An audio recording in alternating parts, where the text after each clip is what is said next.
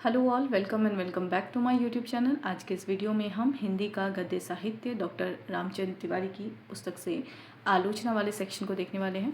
हमने खंड क हिंदी गद्य का स्वरूप और विकास इस सेक्शन को कंप्लीट कर लिया था। खंड ख हिंदी गद्य की विधाओं का विकास इस सेक्शन से हमने निबंध साहित्य का विकास इस सेक्शन को कंप्लीट कर लिया था। हम जिस सेक्शन को कर रहे थे वह था हिंदी आलोचना का विकास। इस सेक्शन से हमने पिछली वीडियो में विश्वनाथ त्रिपाठी तक के प्रश्नों को देख लिया था। आज के इस वीडियो में हम डॉक्टर नवल किशोर से प्रारंभ करने वाले हैं।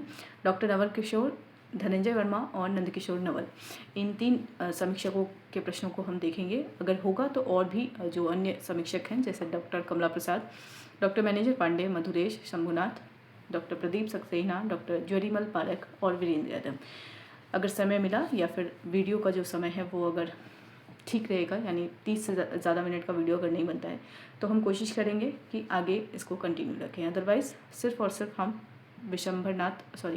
नंदकिशोर नवल तक के प्रश्नों को देखेंगे। ठीक है, तो चलते हैं अपने टॉपिक की ओर। आज के इस वीडियो में हम डॉक्टर नवल किशोर से प्रारंभ करने वाले हैं और ये भी प्रगतिवादी समीक्षक के रूप में ही इस पुस्तक में है। ठीक है, डॉक्टर नवल किशोर का जीवन काल अगर हम देखें तो 1933 में इनका जन्म हुआ है और 2021 में इनकी मृत्यु हुई है। ठीक है, तो यह जो इनका जीवन काल है यह भी हमारे लिए क्या हो जाता है, महत्वपूर्ण हो जाता है। इससे संबंधित जो पहला प्रश्न है, डॉक्टर नवल किशोर का जन्म कब हुआ था? Option A 1923, option B 1933, option C 1943, option D 1953। अभी आपने देखा था जीवन काल, तो इसका आंसर करेंगे। सही उत्तर होगा नवल किशोर का जन्म 1933 है। अगला प्रश्न है, डॉक्टर नवल किशोर का निधन किस वर्ष हुआ है?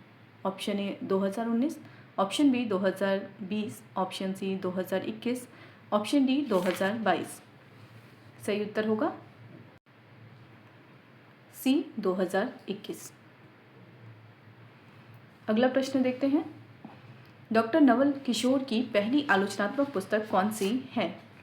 ऑप्शन ए कथा आलोचना, ऑप्शन बी आधुनिक हिंदी उपन्यास और मानवीय अर्थवत्ता, ऑप्शन सी मानववाद और साहित्य, ऑप्शन डी प्रेमचंद की प्रगतिशीलता। तो डॉक्टर नवल किशोर की पहली आलोचनात्मक पुस्तक कौन सी है? सही उत्तर होगा मानववाद और साहित्य। डॉक्टर नवल किशोर की पहली आलोचनात्मक पुस्तक मानववाद और साहित्य। अगला प्रश्न है, प्रेमचंद की प्रगतिशीलता पुस्तक किस वर्ष प्रकाशित हुई है? Option A 1972, option B 1977, option C 2019, option D 2021। Premchand की प्रगतिशीलता पुस्तक किस वर्ष प्रकाशित हुई है? सही उत्तर होगा सी 2019। प्रेमचंद की प्रगतिशीलता के विषय में अगर हम जानें तो यह पुस्तक भी डॉक्टर नवल किशोर की पुस्तक है और इसका प्रकाशन वर्ष 2019। अगला प्रश्न है, डॉक्टर नवल किशोर की कुल कितनी आलोचनात्मक पुस्तकें प्रकाशित हुई? Option A 3, option B 4, option C 5, option D 6। Doctor Naval Kishore की कुल कितनी आलोचनात्मक पुस्तकें प्रकाशित हुई हैं? सही उत्तर क्या होगा? सही उत्तर है 4। डॉक्टर नवल किशोर की कुल कितनी आलोचनात्मक पुस्तकें प्रकाशित हुई हैं? 4 आलोचनात्मक पुस्तकें प्रकाशित हुई हैं। अगला प्रश्न है, डॉक्टर नवल किशोर की आलोचना का प्रमुख आधार क्या था? ऑप्शन ए प्रयोगवाद, ऑप्शन बी मार्क्सवाद, ऑप्शन सी मानववाद, ऑप्शन डी नारी विमर्श। सही उत्तर होगा मानववाद। डॉक्टर नवल किशोर की आलोचना का प्रमुख आधार मानववाद है। अगला प्रश्न, कथा आलोचना पुस्तक का प्रकाशन किस वर्ष हुआ? Option A 2019, option B 2020, option C 2021, option D 2022। कथा आलोचना पुस्तक का प्रकाशन वर्ष किस वर्ष हुआ? सही उत्तर होगा सी 2021। कथा आलोचना पुस्तक का प्रकाशन 2021 में हुआ। नवल किशोर की जो 4 पुस्तकें आलोचनात्मक पुस्तकें प्रकाशित हुई हैं, उन 4 आलोचनात्मक पुस्तकों का प्रकाशन वर्ष भी देख लेते हैं और उन पुस्तकों के नाम को भी देख लेते हैं। तो सबसे पहली इनकी जो पुस्तक है वह है मानववाद और साहित्य। प्रकाशन वर्ष है इसका 1972। दूसरा है आधुनिक हिंदी उपन्यास और मानवीय अर्थवत्ता। प्रकाशन वर्ष 1977। तीसरा है प्रेमचंद की प्रगतिशीलता, प्रकाशन वर्ष 2019। चौथा है कथा आलोचना, प्रकाशन वर्ष 2021। तो कुल 4 आलोचनात्मक पुस्तक नवल किशोर की हैं। मानववाद और साहित्य, आधुनिक हिंदी उपन्यास और मानवीय अर्थवत्ता, प्रेमचंद की प्रगतिशीलता, कथा आलोचना। ये 4 पुस्तकें आपके लिए महत्वपूर्ण हो जाती हैं और रचनाकार जो हैं वह भी महत्वपूर्ण है, डॉक्टर नवल किशोर। अगले जो समीक्षक हैं, प्रगतिवादी समीक्षक, वो हैं धनंजय वर्मा। धनंजय वर्मा का जो जीवन काल है वो है 1935 से 2024। 1935 इनका जन्म वर्ष है और मृत्यु वर्ष 2024 है। ठीक है, संबंधित प्रश्न को देख लेते हैं। सबसे पहला प्रश्न धनंजय वर्मा से है, धनंजय वर्मा की कृति आस्वाद के धरातल कब प्रकाशित हुई थी? Option A 1973, option B 1969, option C 1984, option D 1991। Dhananjay Verma की कृति आस्वाद के धरातल कब प्रकाशित हुई थी? सही उत्तर होगा 1969, यानी 20 का सही उत्तर होगा आस्वाद के धरातल 1969। कृति किनकी है? धनंजय वर्मा की। आस्वाद के धरातल, प्रकाशन वर्ष 1969। अगला प्रश्न है, धनंजय वर्मा ने अपनी कृति आस्वाद के धरातल में किसके बीच संतुलन खोजने का प्रयास किया है? ऑप्शन ए परंपरा और आधुनिकता के बीच, ऑप्शन बी अतिवादी और वर्गीय दृष्टि के बीच, ऑप्शन सी यथार्थ और कल्पना के बीच, ऑप्शन डी नारी और समाज के बीच। तो धनंजय वर्मा ने अपनी कृति आस्वाद के धरातल पर, जिसका प्रकाशन वर्ष 1969 है, किसके बीच संतुलन का प्रयास किया गया है? इसमें सही उत्तर होगा, तो इस प्रश्न का सही उत्तर है आस्वाद के धरातल में संतुलन खोजने का प्रयास किया गया है अतिवादी और वर्गीय दृष्टियों के बीच। ठीक है, तो अतिवादी और वर्गीय दृष्टियों के बीच जो संतुलन खोजा गया है वह कृति किसमें है? आस्वाद के धरातल में। यह कृति है धनंजय वर्मा की। अगला जो प्रश्न है वह है निराला काव्य का पुनर्मूल्यांकन ग्रंथ किस वर्ष प्रकाशित हुआ था? Option A 1973, option B 1975, option C 1978, option D 1984। Nirala काव्य का पुनर्मूल्यांकन ग्रंथ किस वर्ष प्रकाशित हुआ था? सही उत्तर क्या होगा? तो इस प्रश्न का सही उत्तर है निराला काव्य का पुनर्मूल्यांकन। इस ग्रंथ का प्रकाशन वर्ष 1973 है। यह कृति भी धनंजय वर्मा की कृति है। अगला प्रश्न है, धनंजय वर्मा की किस रचना में मुक्तिबोध के रचना कर्म का पुनर्मूल्यांकन किया गया है? ऑप्शन ए लेखक की आज़ादी, ऑप्शन बी परम अभिव्यक्ति की खोज, ऑप्शन सी समावेशी आधुनिकता, ऑप्शन डी आधुनिक कवि विमर्श। धनंजय वर्मा की किस रचना में मुक्तिबोध के रचना कर्म का पुनर्मूल्यांकन किया गया है? सही उत्तर होगा परम अभिव्यक्ति की खोज। इस पुस्तक का पूरा नाम है परम अभिव्यक्ति की खोज, मुक्तिबोध का पुनर्मूल्यांकन। यह कृति भी धनंजय वर्मा की कृति है, परम अभिव्यक्ति की खोज, मुक्तिबोध का पुनर्मूल्यांकन। अगला प्रश्न देखते हैं। अगला प्रश्न है, आलोचना के आयाम पुस्तक किस वर्ष प्रकाशित हुई थी?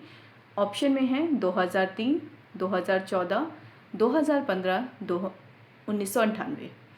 आलोचना के आयाम, यह पुस्तक भी धनंजय वर्मा की कृति है। इसका प्रकाशन वर्ष 2015 है। अगला प्रश्न है, धनंजय वर्मा समीक्षा के दायित्व को किस रूप में मानते हैं? ऑप्शन है सृजनात्मक लेखन के विस्तार के रूप में, ऑप्शन बी है रचना की प्रकृति को जीवन के समानांतर रखकर ग्रहण और धारणा में पुनः संस्कार करना और उस शिफ्ट को रेखांकित करना, ऑप्शन सी कला की आत्म सौंदर्य दृष्टि के रूप में, ऑप्शन डी केवल समाजशास्त्रीय विमर्श के रूप में। तो धनंजय वर्मा समीक्षा के दायित्व को किस रूप में मानते हैं?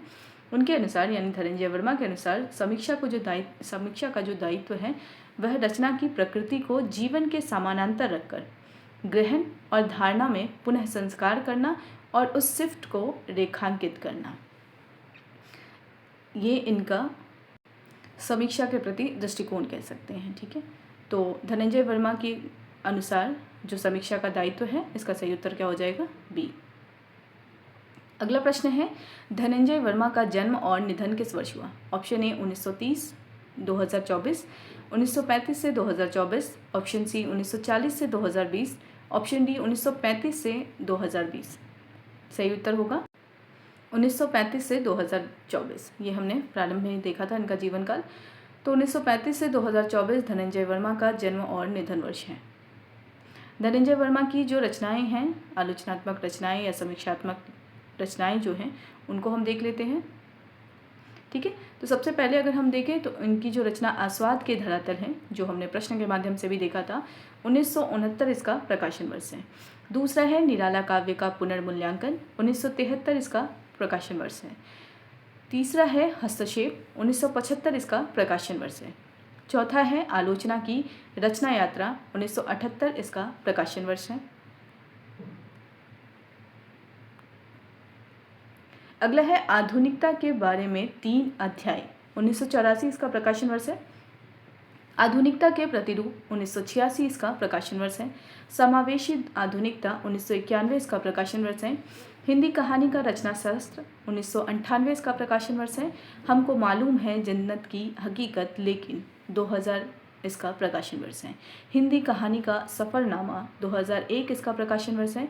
हिंदी उपन्यास का पुरावतरण यह 2003 इसका प्रकाशन वर्ष है। आलोचना के सरोकार, 2003 इसका प्रकाशन वर्ष है। अगली रचना है लेखक की आज़ादी। आलोचना के सरोकार हमने देख लिया, 2003 प्रकाशन वर्ष। लेखक की आज़ादी, 2003 इसका प्रकाशन वर्ष। परम अभिव्यक्ति की खोज, मुक्तिबोध का पुनर्मूल्यांकन, 2004 इसका प्रकाशन वर्ष। आलोचना की ज़रूरत, 2005 इसका प्रकाशन वर्ष है। आलोचना के सीमांत, 2014 इसका प्रकाशन वर्ष है। आलोचना के आयाम, 2015 इसका प्रकाशन वर्ष है। आधुनिक कवि विमर्श, 2015 इसका प्रकाशन वर्ष है।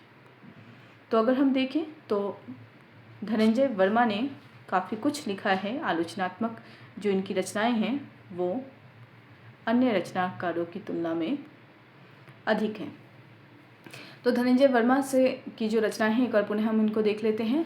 पहला है आस्वाद के धरातल, निराला काव्य का पुनर्मूल्यांकन, हस्तक्षेप, आलोचना की रचना यात्रा, आधुनिकता के बारे में 3 अध्याय, आधुनिकता के प्रतिरूप, समावेशी आधुनिकता, हिंदी कहानी का रचना शास्त्र, हमको मालूम है जन्नत की हकीकत लेकिन, हिंदी कहानी का सफ़रनामा, हिंदी उपन्यास का पुरावतरण, आलोचना के सरोकार, लेखक की आज़ादी, परम अभिव्यक्ति की खोज, मुक्तिबोध का पुनर्मूल्यांकन, आलोचना की ज़रूरत, आलोचना के सीमांत, आलोचना के आयाम, आधुनिक कवि विमर्श। अगले प्रगतिवादी समीक्षक हैं नवल किशोर नवल। इनका जन्मकाल या जीवन वर्ष जो है वो हम देख लेते हैं। जीवन काल है, पहला अगर हम देखें जन्म वर्ष है 1937 और मृत्यु वर्ष है 2021। तो 1937 से 2021 इनका जीवन काल रहा। नंद किशोर नवल का जन्म कब हुआ था? तो अभी इसका उत्तर क्या हो जाएगा? 1937। अभी हमने देख लिया इस तथ्य को, ठीक है। तो 1937 इनका जन्म वर्ष है। अगला प्रश्न है नंद किशोर नवल किस युग के आलोचक माने जाते हैं? ऑप्शन ए छायावादी युग के, ऑप्शन बी आधुनिक युग के, ऑप्शन सी नई पीढ़ी के प्रगतिशील आलोचक, ऑप्शन डी रीति युग के। सही उत्तर होगा नई पीढ़ी के प्रगतिशील आलोचक। हमने देखा था प्रगतिशील आलोचकों में 2 खेमे हैं, यानी पहले खेमे में जो प्रगतिशील आलोचक हैं वो पुरानी पीढ़ी के हैं, और जो प्रगतिशील आलोचक जो हम अब देख रहे हैं दूसरे खेमे के, वो नई पीढ़ी के प्रगतिशील आलोचक हैं, ठीक है। अगला प्रश्न है नवल की पहली प्रमुख पुस्तक कौन सी है? नंदकिशोर नवल, इनका अगर हम देखें पहली पुस्तक के लिए ऑप्शन कविता की मुक्ति 1980 प्रकाशन वर्ष, बी हिंदी आलोचना का विकास 1981 प्रकाशन वर्ष, सी प्रेमचंद का सौंदर्य शास्त्र 1982 प्रकाशन वर्ष, डी रचना का पक्ष 2000 प्रकाशन वर्ष। तो सही उत्तर क्या होगा? नवल की पहली पुस्तक जो है प्रमुख पुस्तक वह है कविता की मुक्ति, 1980 इसका प्रकाशन वर्ष है, ठीक है। अगला प्रश्न है नवल ने कविता की अंतर्वस्तु और रूप पक्ष के बारे में क्या कहा है? ऑप्शन ए वे केवल अंतर्वस्तु को महत्व देते हैं, ऑप्शन बी वे केवल रूप पक्ष को महत्व देते हैं, ऑप्शन सी वे दोनों को समान महत्व देते हैं, ऑप्शन डी वे किसी को भी महत्व नहीं देते हैं। तो सही उत्तर क्या होगा? इसका सही उत्तर होगा वे दोनों को समान महत्व देते हैं, यानी नवल ने कविता की अंतर्वस्तु और रूप पक्ष दोनों को समान बताया है, समान रूप से महत्व दिया है, ठीक है। अगला प्रश्न है नवल ने कविता का सौंदर्य किससे तुलना की है? ऑप्शन ए जल से, ऑप्शन बी अंधकार से, ऑप्शन सी प्रकाश से, ऑप्शन डी वायु से। नवल ने कविता का सौंदर्य किससे तुलना की है? सही उत्तर होगा प्रकाश से। कविता का सौंदर्य प्रकाश से इसकी तुलना की है नवल ने। संबंधित तथ्य है, अपनी सद्य प्रकाशित पुस्तक कविता पहचान का संकट, इस पुस्तक में आपने काव्य सौंदर्य की तुलना प्रकाश से की है। यानी नवल ने अपनी पुस्तक कविता पहचान का संकट, इसमें काव्य सौंदर्य की तुलना प्रकाश से की है। अगला प्रश्न है, नवल के अनुसार हिंदी में प्रगतिशील कवियों की पुनः प्रतिष्ठा का काल कौन सा है? ऑप्शन ए 1970 से 71, ऑप्शन बी 1980 से 81, ऑप्शन सी 1990 से 91, ऑप्शन डी 2000 से 2001।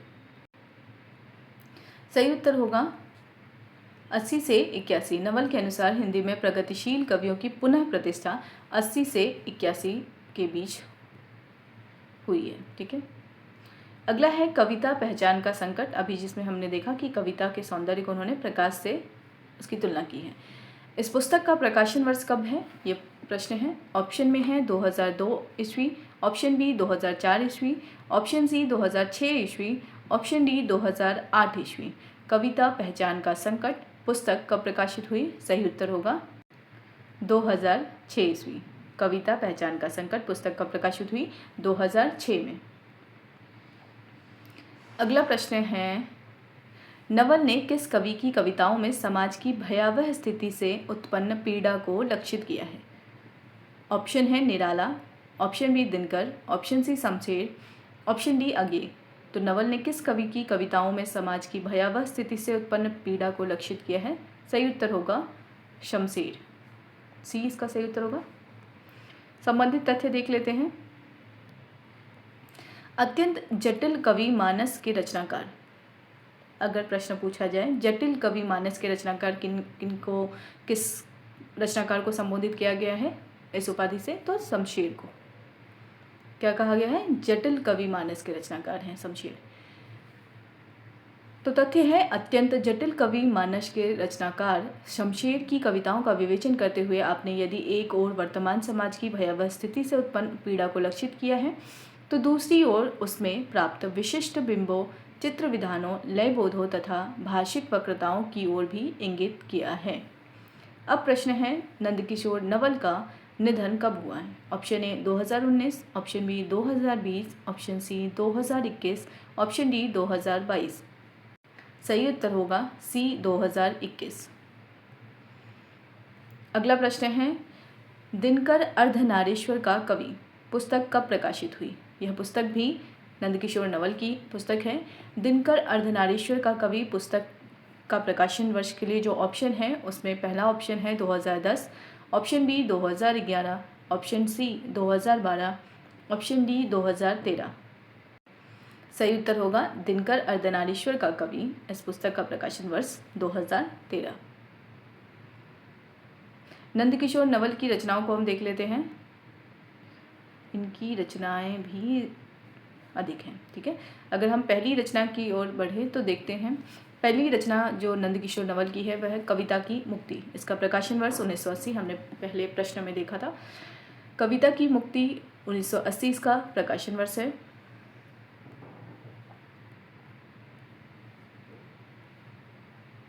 दूसरा है महावीर प्रसाद द्विवेदी, 1981 इसका प्रकाशन वर्ष है। तीसरा हिंदी आलोचना का विकास, 1981 इसका प्रकाशन वर्ष है। प्रेमचंद का सौंदर्य शास्त्र, 1982 इसका प्रकाशन वर्ष है। अगली रचना है शब्द जहाँ सक्रिय है, 1984 प्रकाशन वर्ष। यथा प्रसंग 1992 प्रकाशन वर्ष। मुक्तिबोध ज्ञान और संवेदना 1993 प्रकाशन वर्ष। समकालीन काव्य यात्रा 1994 प्रकाशन वर्ष। दृश्यालेख 1995 प्रकाशन वर्ष। मुक्तिबोध 1996 प्रकाशन वर्ष।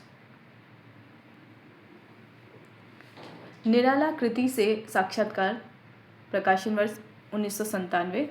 निराला कृति से साक्षात्कार पहला प्रथम भाग है, दूसरा द्वितीय भाग है, 2000 ईस्वी में आया है। ठीक है, रचना का पक्ष 2000 ईस्वी में प्रकाशन वर्ष। शताब्दी की कविता 2001 प्रकाशन वर्ष।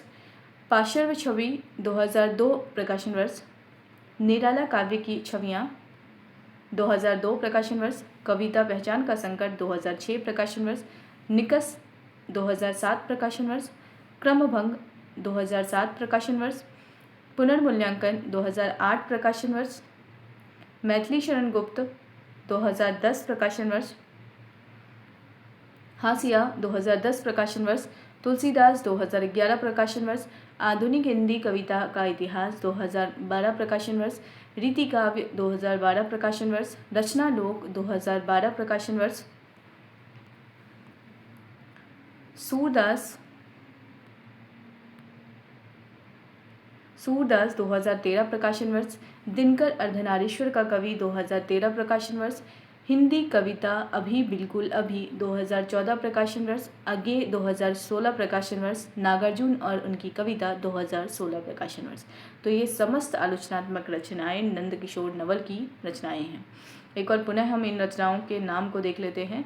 कविता की मुक्ति महावीर प्रसाद द्विवेदी, हिंदी आलोचना का विकास प्रेमचंद का सौंदर्य शास्त्र, शब्द जहाँ सक्रिय हैं, यथा प्रसंग, मुक्तिबोध, ज्ञान और संवेदना, समकालीन काव्य यात्रा, दृश्यालेख, मुक्तिबोध, निराला कृति से साक्षात्कार प्रथम भाग, निराला कृति से साक्षात्कार द्वितीय भाग, रचना का पक्ष, शताब्दी की कविता, पार्श्व छवि, निराला काव्य की छवियाँ, कविता पहचान का संकट, निकस, क्रमभंग, पुनर्मूल्यांकन, मैथिली शरण गुप्त, हाशिया, तुलसीदास, आधुनिक हिंदी कविता का इतिहास, रीति काव्य, रचना लोक, सूरदास, दिनकर अर्धनारीश्वर का कवि, हिंदी कविता अभी बिल्कुल अभी, आगे नागार्जुन और उनकी कविता।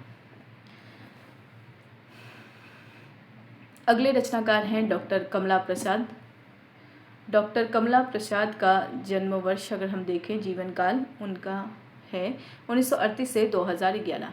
1938 इनका जन्म वर्ष है और 2011 इनका मृत्यु वर्ष है।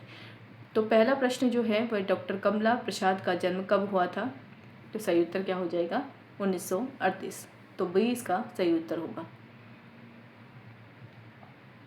अगला प्रश्न है डॉक्टर कमला प्रसाद का निधन किस वर्ष में हुआ था। Option A 2009, option B 2010, option C 2011, option D 2012। सही उत्तर होगा डॉक्टर कमला प्रसाद का निधन 2011 में इनका निधन हुआ था। अगला प्रश्न है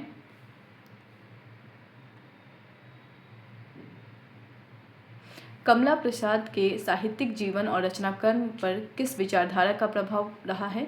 पहला ऑप्शन है अस्तित्ववाद, दूसरा ऑप्शन है मार्क्सवाद, तीसरा है संरचनावाद और चौथा है प्रयोगवाद।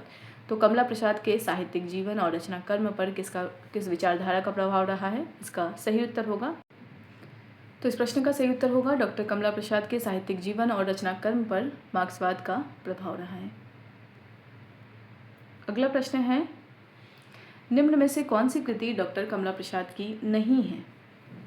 ऑप्शन ए साहित्य और विचारधारा, ऑप्शन बी रचना और आलोचना की द्वंद्वात्मकता, ऑप्शन सी आलोचना का लोकतंत्र, ऑप्शन डी हिंदी का विकास। तो सही उत्तर क्या होगा, इसका सही उत्तर है हिंदी का विकास। यह कृति डॉक्टर कमला प्रसाद की कृति नहीं है। साहित्य और विचारधारा इनकी कृति है, रचना और आलोचना की द्वंद्वात्मकता इनकी कृति है, आलोचना का लोकतंत्र भी इनकी कृति है। अगला जो प्रश्न है वो देख लेते हैं। डॉक्टर कमला प्रसाद की पहली पुस्तक कौन सी मानी जाती है। ऑप्शन ए दरअसल, option B Sahitya Shastra, option C Yashpal, option D Kavita Teere. सही उत्तर होगा डॉक्टर कमला प्रसाद की पहली पुस्तक है साहित्य शास्त्र। अगला प्रश्न है छायावाद प्रकृति और प्रयोग कृति का प्रकाशन वर्ष क्या है। Option A 1971, option B 1972, option C 1975, option D 1980। छायावाद प्रकृति और प्रयोग कृति का प्रकाशन वर्ष क्या है, सही उत्तर होगा 1972। अगला प्रश्न है आलोचना का लोकतंत्र कृति किस वर्ष प्रकाशित हुई है। Option A 2005, option A B 2008, option C 2011, option D 2013। आलोचना का लोकतंत्र कृति किस वर्ष प्रकाशित हुई है, सही उत्तर होगा आलोचना का लोकतंत्र 2011।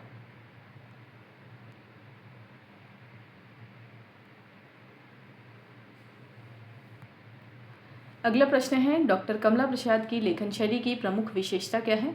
ऑप्शन ए भावुकता और कल्पनाशीलता, ऑप्शन बी स्पष्टता और यथार्थ की पकड़, ऑप्शन सी रहस्यवाद और प्रतीकात्मकता, ऑप्शन डी रोमांटिक प्रयोग। सही उत्तर होगा। डॉक्टर कमला प्रसाद के लेखन की प्रमुख विशेषता है स्पष्टता और यथार्थ की पकड़। स्पष्टता और समसामयिक यथार्थ की पकड़ ही इनकी लेखन की विशेषता है। डॉक्टर कमला प्रसाद के जो समीक्षात्मक या आलोचनात्मक रचनाएं हैं उनको भी हम देख लेते हैं। सबसे पहली रचना है इनकी साहित्य शास्त्र, हमने प्रश्न में भी देखा। प्रकाशन वर्ष 1971। छायावाद प्रकृति और प्रयोग, प्रकाशन वर्ष 1972। छायावाद काव्य की सामाजिक सांस्कृतिक पृष्ठभूमि, प्रकाशन वर्ष 1972। दरअसल 1980। प्रकाशन वर्ष रचना और आलोचना की द्वंद्वात्मकता, प्रकाशन वर्ष 1980। साहित्य और विचारधारा, प्रकाशन वर्ष 1984। यशपाल, प्रकाशन वर्ष 1984।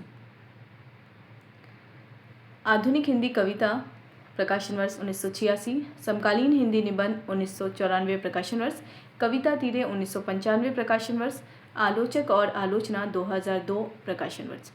तो ये समस्त रचनाएं डॉक्टर कमला प्रसाद की रचनाएं थी। एक बार पुनः हम इन रचनाओं को देख लेते हैं। साहित्य शास्त्र, छायावाद प्रकृति और प्रयोग, छायावादोत्तर काव्य की सामाजिक सांस्कृतिक पृष्ठभूमि, दरअसल रचना और आलोचना की द्वंद्वात्मकता, साहित्य और विचारधारा, यशपाल, आधुनिक हिंदी कविता, समकालीन हिंदी निबंध, कविता तीरे, आलोचक और आलोचना। एक और रचना रह गई है आलोचना का लोकतंत्र, 2011 इसका प्रकाशन वर्ष है। यह रचना भी डॉक्टर कमला प्रसाद की रचना है। तो इस वीडियो को यहीं पे एंड करते हैं। डॉक्टर मैनेजर पांडे से हम अगले वीडियो में प्रश्नों को देखेंगे। तो आज का जो वीडियो है डॉक्टर कमला प्रसाद जो प्रगतिवादी समीक्षक हैं इसी पर अंत होता है। ठीक है, तो वीडियो आपको कैसे लग रहे हैं इसे आप कमेंट सेक्शन में ज़रूर बताएं और वीडियो को एंड तक देखने के लिए थैंक यू सो मच।